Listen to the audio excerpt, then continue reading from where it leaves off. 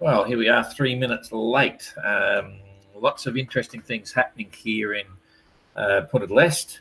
Yesterday it was pouring with rain and all the rest of it. And then last night they had their own Carnivale, big street parade, not quite like Rio, but still pretty impressive.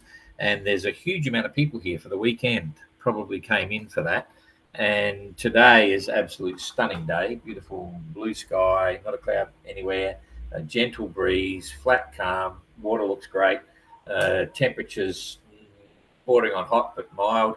And I think there's too many people here because I couldn't get it up. It kept saying server overloaded, try again later. It took me like 5 times to finally connect. But anyway, we're on now. Must be the number of people because the apartment next to us has got a swimming pool. We're up on the 3rd floor, and there's a big, probably the 5th floor equivalent. And there's a pool there with lots of interesting people there in the pool, huge amount. And they wear special bathers here. It's quite interesting.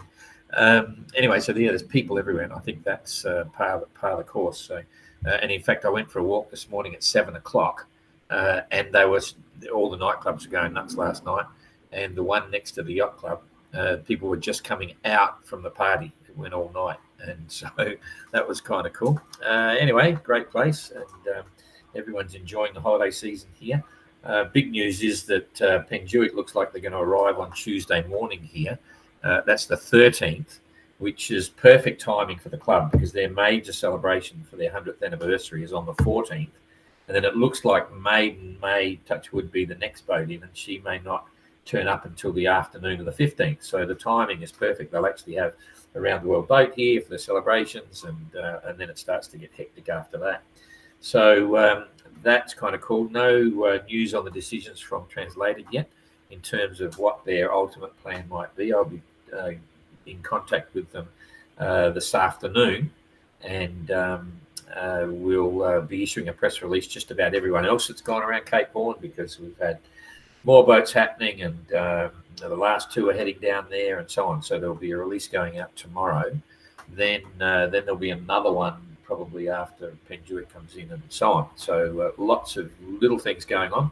Always fun with the tweets, so keep an eye on that. It was a funny one about, you've probably seen the post, maybe not, but it's 2 or 3 down, about the little 44-second video clip we had of Penjuic going under the bridge in Auckland. And, we got a few thousand hits at the time, but anyway, we did a second version of that with different music, put it up on Instagram, and it's gone in 3 weeks about 250,000 views on that Instagram the Instagram version of it, which has got much better music. And then at the same time it went up on Instagram, we shared it back as sort of like a reel, shared it back onto Facebook. And on Facebook, it's our biggest hits ever on OGR. It's got the proper, better music on it and so on. And it's gone 225,000 views on Facebook with 5,700 emotions like likes or love or whatever. And about 450 shares or something. Absolutely crazy. So that's nearly surpassing our biggest ever post, which was on Golden Globe race in 2018. We did a big celebration of Rob and Knox Johnston and Sue Haley with a gallery of photos and stuff. And I think that reached nearly 300,000 views on Facebook.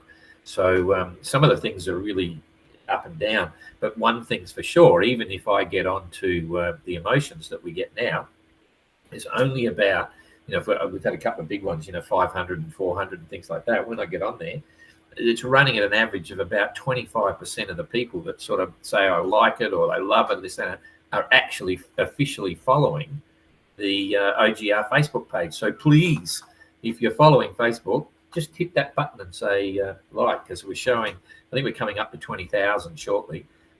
But we know from those numbers and the trend that we've got, we're running 60 to 60,000 or more people watching us on Facebook, but it's only showing 20,000 that are like.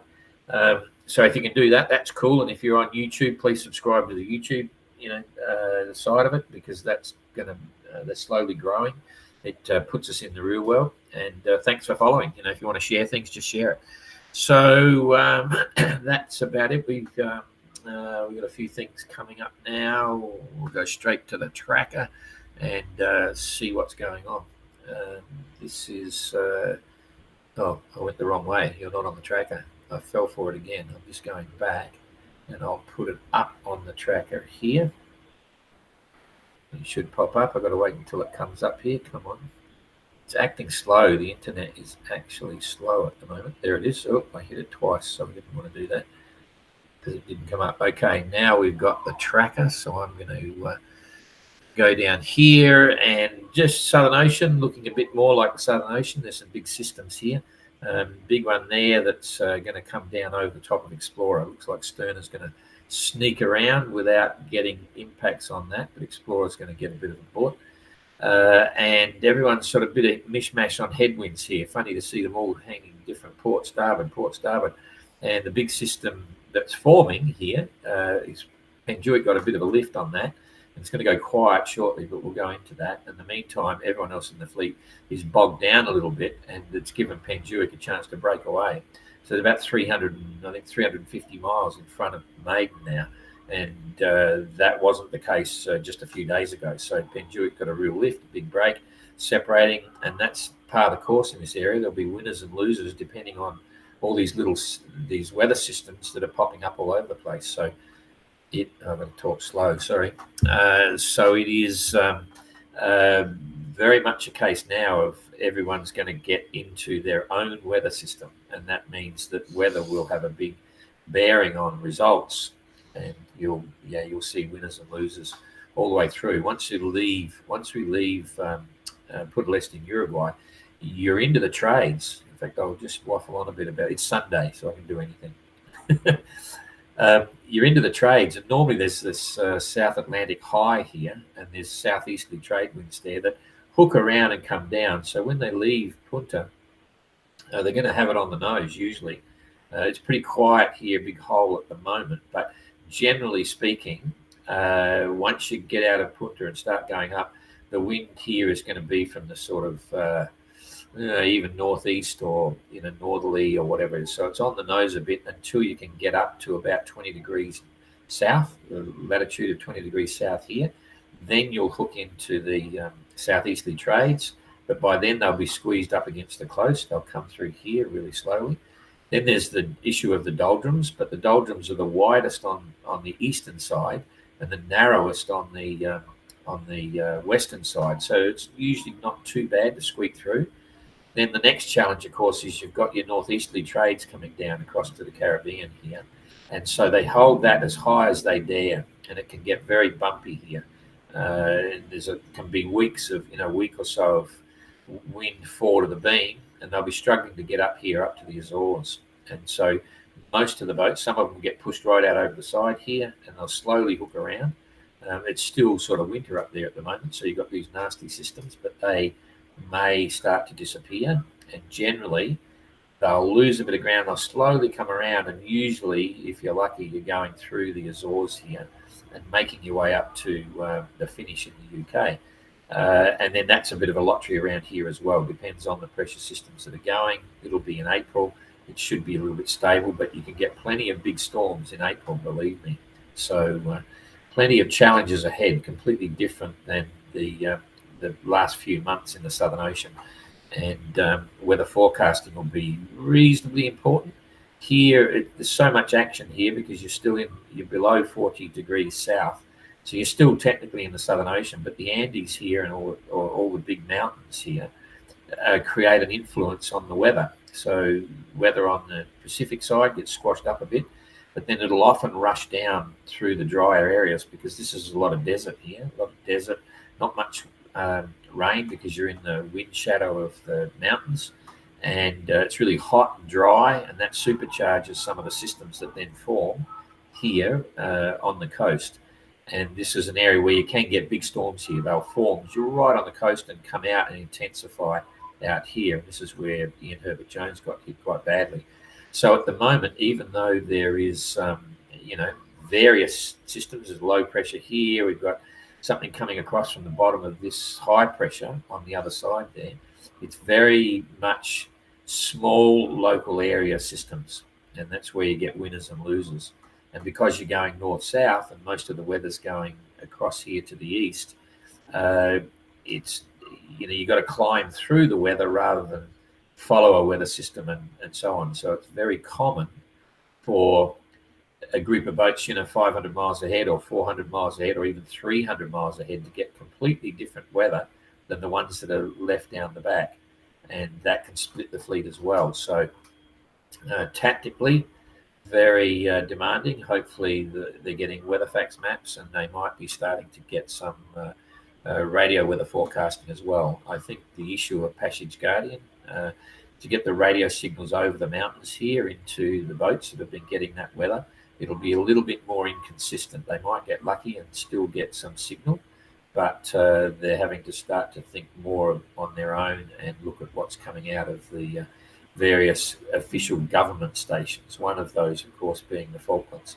They sometimes will issue forecasting there. Anyway, enough of that. Let's have a look at back end of the fleet first and see what's happening.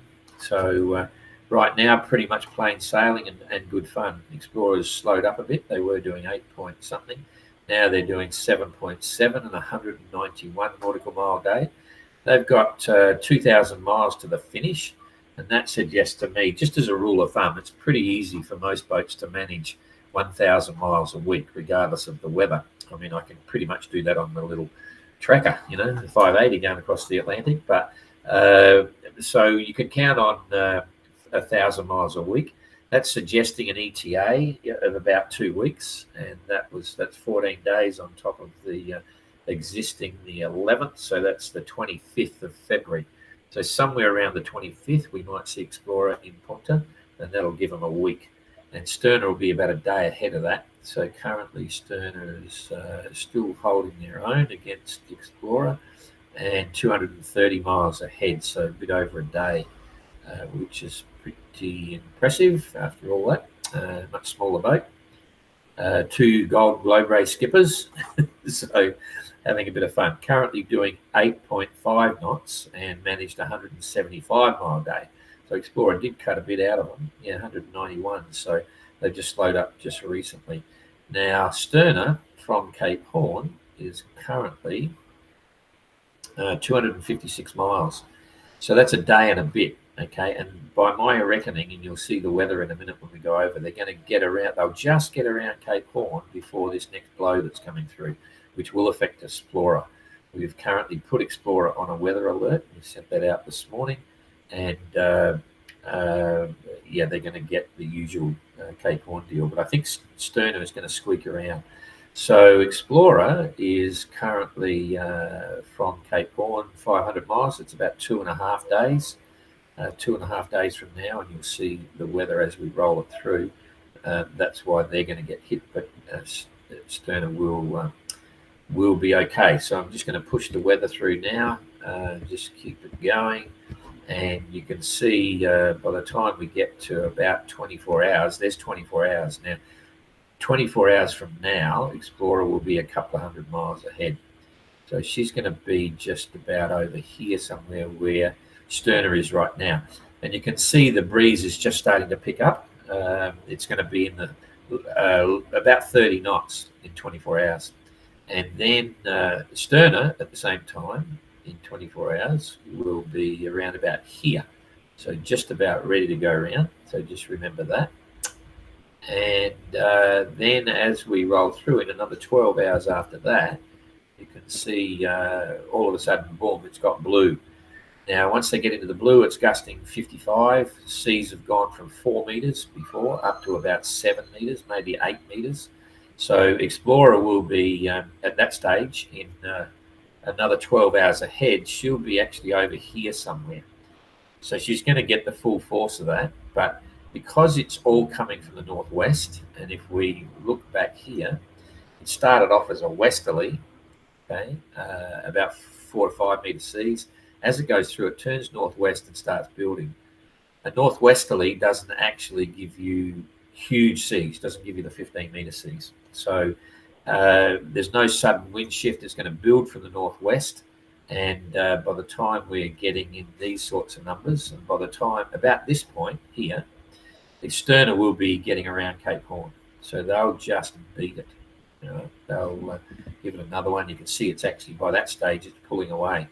So if they maintain their current course and speed, they'll actually do really well. They'll have some solid breezes into the 30s and 40s, 5-metre seas. They'll get around, and then they've got this northerly here going across. So Stern is in the clear by the look, but Explorer will be sitting here and get pushed in the heavy weather, and they'll have a classic rounding, and then it starts to pull away from the horn. So by the time they're into the 14th, they should be going around. Starts to compress and disappears. This is about when they'll be going around, and it's all settled out into about 25 to 30 knot westerlies. So it's kind of nice. So they'll have a nice rounding. Will it be daytime, nighttime? I think it'll just be getting dark. Okay, so 1 to 2.5 days. It's now midday. 2.5. Yeah, jeepers, they might be just squeaking in. Maybe just getting dark as they arrive there. So I hope they have a daytime rounding. I think Sterner will have a daytime rounding, so they will enjoy that. There's only a couple of boats went down in the dark, which is kind of nice. Okay, that's enough for Sterner and Explorer. Now we'll go into the rest of the fleet here. I'll make that as big as we can. And let's just see. We might have to do... we'll do two groups. We'll call it back to the Galliana group again. So then I'll bring it back to today's weather. So the current situation, you can see, is very localized, highly localized. Evrika is currently doing 4.6 knots, and that would have been because they've got this light patch here. This is actually, that they would have been in very little wind, so it probably hasn't progressed far enough. So doing 4.6 knots, 135-mile day. They had windward work in this area. Once they got around the horn, the winds were from ahead, so they were having to tack, and then they got into Stretch de Mer. I don't know about the currents there, but currently slowed down. I don't think that that's just there was lack of wind. Okay, now Outlaw, similar situation. I think the breeze is just picking up on their port quarter by now, so the sailing's getting easier. But they've only managed a 115-mile day, which is not a lot. But you'll see when the weather goes forward, I think they're going to pick up the speed a lot. So White Shadow, 3.7 knots with very little wind, 118-mile day. Galliana with Secure is still in front of them, doing 6.6 knots, 123-mile day. So yeah, they did a bit bigger day than White Shadow as well. I'm going to go up here a bit. Yeah, okay. So just opposite the Falklands, and Galliana is still performing very well. L'Esprit de Keep, 5.5 knots and 109-mile day. So again, haven't gone so far because they've had to tack. I'll just make that the brighter one. Oh. Okay, Galliana. I mean, L'Esprit de Keep hasn't got a bright track, but anyway, they've been tacking. You see, boom, boom, big tacks. So, and not much wind now, 5.5, but that's all about to change. So this group is looking pretty cool. I'm going to just hold with this group and push the weather through, and you'll see what's going to happen. This is straight away, bang, bang. Within 6 hours, they've got this big south westerly coming through, which will push them and progress them quite solidly forward. So, but how long is it going to last? Okay, it's developing all the way across, and it's quite solid. It's in the 30s. So that's good for that. Good news for them, and it'll last quite a few days. But we'll have another peek when we do the next group about how many days and how quickly they're going to get up to Punta del Este. So here's Triana sailing very well. It'll be interesting to review the IRC rankings again after a translated situation. So 6.7 knots, still doing it on the nose, quite hard, only 115-mile day. So you can see Penjuic has taken out at least 100 miles on the rest of the fleet. That's a big bonus for Penjuic. Neptune, 8 knots, 119 nautical mile day. They actually, Ada hooked up to them after rounding the horn, and that's on a post as well. It's a French conversation with Ada. We gave some of the onboard footage for Neptune, so have a look at that. And then we've got Spirit of Helsinki, 7.6 knots. So they're on a roll now. I'm not not sure where they're getting the breeze from. 7.6 is pretty solid to windward, and it might be that purely because the sea state would be quite mild here. So I think they're just powering to windward at 7.6 knots, 132 nautical mile day, so that's pretty good. And poor old Maiden that's lost the biggest chunk from, well, everyone's lost against Penduick, but Maiden's not what I call a powerful windward boat. They're okay. They sail to windward well, but compared to Penduick or compared to a big Swan like Swan 651, I don't think they would be as powerful, but they're doing extremely well. They've done 129 mile a day and 5.8 knots at the moment, so they're performing. They're milking it for everything they can, so particularly good. Okay, so let's just do the weather as one big lot in a minute now. We'll just have a look at Penduick. Penduick should be doing pretty well. Yeah, 11.6 knots. She was doing 10 knots previously. And Penduick had a little bit of headwinds, but not as much as the others. So she's managed 190, or he's managed 195 mile day and really moving right now. So that's kind of cool. And let's just see now. I'll do the whole section here of boats and people, and we can see what's going on. First of all, as a perspective, there's Punta right there, not very far away at all. And in fact, I'll just give you a measure on that. Penduick is 361 miles from Yacht Club Punta del Este, not far at all. And it's I used local time here. It's 1:30 in the afternoon here, and that's a day and a half. So that's suggesting to us that she's going to arrive, or you'll see the weather, I don't know what's coming, around about Tuesday morning, and I think I've mentioned that. And Maiden is 360 miles behind. That's a couple of days. So big break for Penduick. Okay, so we'll get rid of that now and watch the change in the weather. That should go off there, yeah. So that's cool. Now, okay, I think that's reasonable to see. So we'll talk about the whole fleet. You got three groups again. Two groups in the leader. So there's the Galiana group down here. Here's the Maiden group getting spread out, and there's Penduick right there. So, wrong one. I meant to do the weather. Okay, so we're going to go to weather now. And here we go. So you can see the low pressure that's affecting Penduick is actually pulling away. And if we look at that closely, I should be doing a big one on this. In the next 6 hours, it pulls away. It's going to go light. So Penduick's going to slow right down probably. And then it's coming on the nose. Okay, so you can see here, the only weather they've got is on the nose. So Penduick will probably go out on port tack out here somewhere. And then the rest of the fleet, they've got breeze coming in. Okay, so the breeze is starting to fill in for Maiden and Spirit of Helsinki.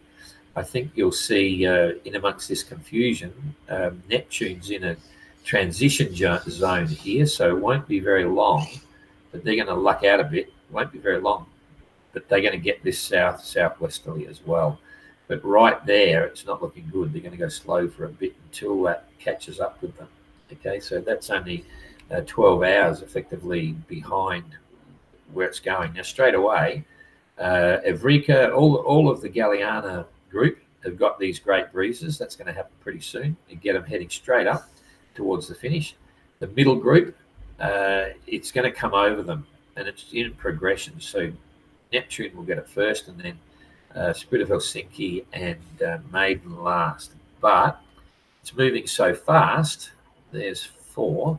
So that's only 12 hours from now. Roughly 12 hours from now, and this whole bottom group are going to be into the breeze. Okay, so 12 hours from now, they're all heading to Punta big time. What's happened to Penduick? She went through that quiet period. The headwinds are going to increase in strength.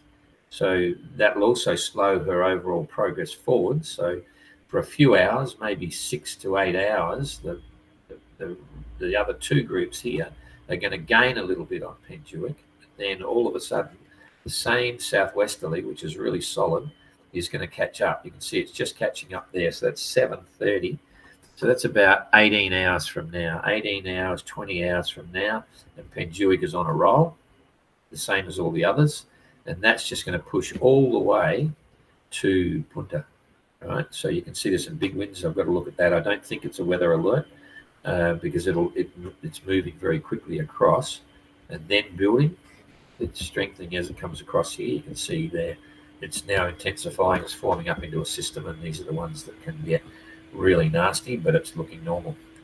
So by the 13th there, it's getting confusing again. So that push that the back end has got is only lasting for 24 hours, 36 hours, and then they'll be on starboard tack. But there's going to be a trough there. But for Penduic, this is the 13th, and that's by the end of the day. Penduic has basically ridden all of those breezes straight up to Punta Leste, and that's why we think sometime early on Tuesday morning we'll see Penduic, and then it'll be at least a couple of days or longer before we see the first of these groups, because they're going to still be struggling and fighting. We'll just keep pushing it through and show you what their challenges are. It's going to be hard for them to squeak across that trough, but then it's slowly coming around. So they'll be on port tack heading out here, and then slowly as it comes over them, they'll be able to work their way around on the same wind system. Okay, you can see it's starting to go, but it's still a bit quiet. That center's going to sit there. Oh, then it might go the other way around. So yeah, it could be even later than the 15th, because they're going to go straight from the center of that high pressure system to light headwinds. So let's wait and see. But tomorrow at 10 o'clock, when I look at it, we have a 9 o'clock position report. Tomorrow, 10 o'clock, I will make the ETA prediction for Penduic, and we'll post that as an entrant update so people can see what's going on. And we'll be gearing up for the arrival here in Punta. So that's kind of cool. All right, let's have a look at the leaderboard. I'm speaking slower, talking about lots of rubbish, so this one's taking a bit longer than usual, but it's Sunday. Jeepers. Hope you had a good weekend. So Triana, right now, holding the leaderboard position at 35 days and 15 hours, which is pretty cool. So, and then Penduic is now holding second place, and they're on 37 days. So there's 9 hours there.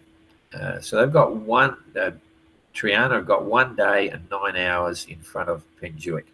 It's virtually, touch wood, assuming nothing goes wrong with either boat, it's impossible now for Penduic to capture first in IRC. That won't happen. Triana will hold first by the look of it, because everyone else after that is got no chance of capturing that. So hot prospect for Triana to take out Aya first in IRC, which will keep them very happy indeed. And then between Galiana with Secure and Penduic, you've got 1 hour basically difference. Now, if we come back here and look at what's going on with Galiana, and looking at how fast and efficiently Penduic is going to zip straight up to the finish line at Yacht Club Punta Leste, there's highly unlikely that Galiana with Secure will actually make any progress against Penduic. In fact, she'll probably slip back a few hours. So I would predict now that Penduic is probably going to have second place in IRC, first in line on the second in IRC, and then alongside Galiana, 37 days, 8 hours, you've got Neptune. They're both in the same systems, both the same sort of challenges. I think Galiana may come in third overall in IRC, but it's a bit hard to predict. And certainly after that, it gets all very close. Between Neptune and Maiden, there's only hours, about 8 hours or something. So this bottom group is still pretty interesting, but I think we might see Galiana come in third, which will also get them very happy as well. So and so it goes down the line, and all looking very interesting. So I think that's me done there. Hope all that worked. Yes, I think it did. So we'll just come in here and say good day to everybody, and then everyone else has gone off. I think Georgie and Jack are out, and I might go to the beach myself. We'll take the emergency phone, so don't tell anyone. Anyway, we'll see what happens. So I've got to squeeze this back here. Okay, Clara. This is a long 4-day carnival. It's a 4-day carnival weekend. Clara's a local resident, and sailing on leg 4 with Explorer, and her husband is on board Explorer right now. So it's a 4-day carnival weekend. Monday and Tuesday carnival holiday here. Jeepers. So there should be many people who see Penjuic. Okay, well, we'll be getting the word out. So that's kind of cool. Thanks, Barra. I didn't know it was a 4-day deal. Jeepers. No wonder the internet's gone down. But we're still transmitting. Super Bowl weekend in the USA. That's all happening. Kathleen, hi, checking in from Waveland. G'day, Nigel. G'day, Paul. Shauna, following from Auckland. Cool. That video, that Penjuic video, was under the bridge in Auckland, of course. Quite crazy. Hi, Denise. Good to see you. Yeah, windy rounding, but it's kind of funny. It's going to be very windy, very rough for Explorer, just as it was for the others. In fact, it's nearly the same as what the others had. And when you think about it, it's kind of nice. So you've got to be careful, touch wood. So you've got to get around. Anything can happen. There is a secondary swell and all those sorts of issues. So it's still plenty of challenges. But if you're going to do Cape Horn, you might as well do it in a dandy. So that's what's happening. I've got to remind them to take pictures and videos. So fingers crossed. I'm sure they'll be fine.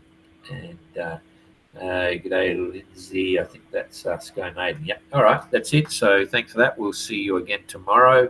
And hope you're having a good Sunday night wherever you are, or Sunday afternoon. And we'll see you later.